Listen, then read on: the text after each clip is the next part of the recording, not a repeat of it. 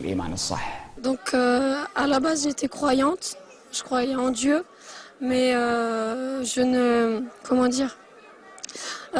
reniais entre guillemets le judaïsme, le christianisme et l'islam. Je croyais juste en Dieu, donc je faisais mes petites affaires. Et après j'ai voulu m'intéresser aux trois religions, vraiment connaître les trois religions, comment ça a commencé, comment ça a évolué.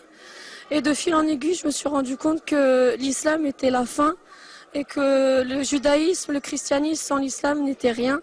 Et donc c'est pour ça, alhamdoulilah, j'ai pu arriver de fil en aiguille à l'islam.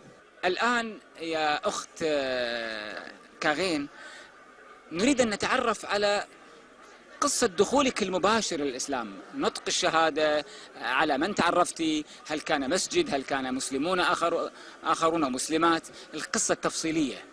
Donc ma recherche d'informations s'est fait beaucoup plus par des livres. J'ai beaucoup lu avant de me convertir. J'avais aussi également des amis, mais comme j'étais très jeune, j'avais 15 ans, on était encore au collège, donc c'est vrai que c'était une pratique assez réduite, mais c'était beaucoup plus par des livres. Et donc le jour de ma conversion, donc j'ai fait une première conversion devant une sœur musulmane. Donc j'étais jeune, j'avais pas encore commencé la prière. Et donc par la suite, je me suis convertie au Jama'. Et ça a été une sensation que je pourrais pas donner de mots. J'ai pleuré et d'après ce qu'on m'a dit, j'ai fait pleurer.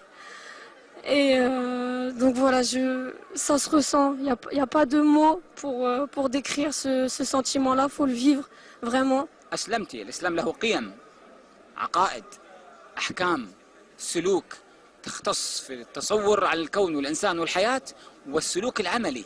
طيب أنت الآن ارتديتي الحجاب، كيف توفقين بين قيم الإسلام، مبادئ الشرع، وبين اللائك العلمانية، النظام الفرنسي؟ كيف توفقين هذا التحدي الكبير؟ هذا التحدي الكبير كيف خرجتي منه؟ C'est vrai que vivre dans un pays laïque, c'est très très compliqué de pratiquer, surtout quand l'islam est assez stigmatisé, même beaucoup, et surtout en France avec le voile. Quand on parle de régression, de la place de la femme dans l'islam, que c'est en soi une prison entre guillemets, qu'elle est soumise à l'homme. C'est vrai que le voile est un signe que l'on voit énormément. C'est un signe distinctif que quand on n'a pas le voile, on ne se différencie pas en aucune façon d'une autre femme qui n'est pas musulmane. Maintenant le voile, je l'ai mis là pour l'occasion, pour le Bourget. Je le mets quand je vais au Jama', mais par rapport à un contexte familial, je ne peux pas le porter. Dans la vie de tous les jours, je suis en études, j'essaie de travailler, Inch'Allah, grâce à mes études. Donc c'est très très compliqué, mais avec la force, Inch'Allah, avec le courage et la patience, le porter plus tard, Inch'Allah. C'est le but. Et je pense que les femmes qui vivent dans des pays musulmans ont une chance énorme de pouvoir le porter. Et c'est pas une régression, c'est pas une soumission, bien au contraire. On le fait parce que on en a envie, on le fait avant tout pour Allah Azza wa Jal. On ne le fait pas pour son mari, on le fait pour nous-mêmes, pour se protéger du regard de l'homme, parce que c'est une obligation, ce n'est pas une pseudo-possibilité, on peut, on ne peut pas. Donc voilà, donc Inch'Allah, avec de la patience, on pourra le porter toutes. Et vraiment, je veux passer le message par rapport aux personnes qui sont dans des pays musulmans, qu'elles ne pensent pas que porter le voile, c'est une soumission. Bien au contraire, il y a de nombreuses femmes qui sont voilées, mais qui font énormément de choses pour leur communauté, qui ne sont pas soumises, qui sont dans des associations.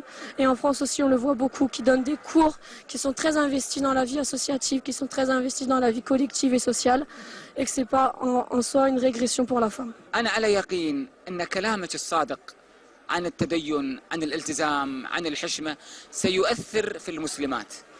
ماذا يكون شعورك؟ وأنا على يقين أن سيتأثر كثير منهن.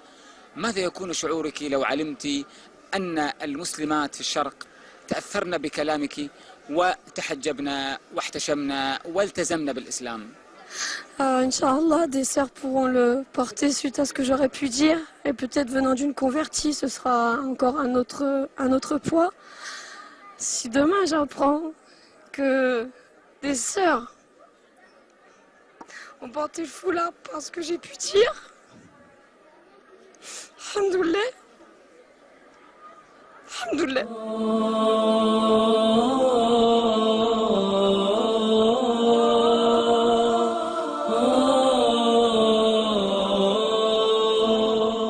je sais pas quoi dire d'autre.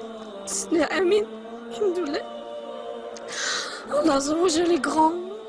Peut-être qu'il faudra de la patience pour que ça revienne, que les femmes puissent porter le voile.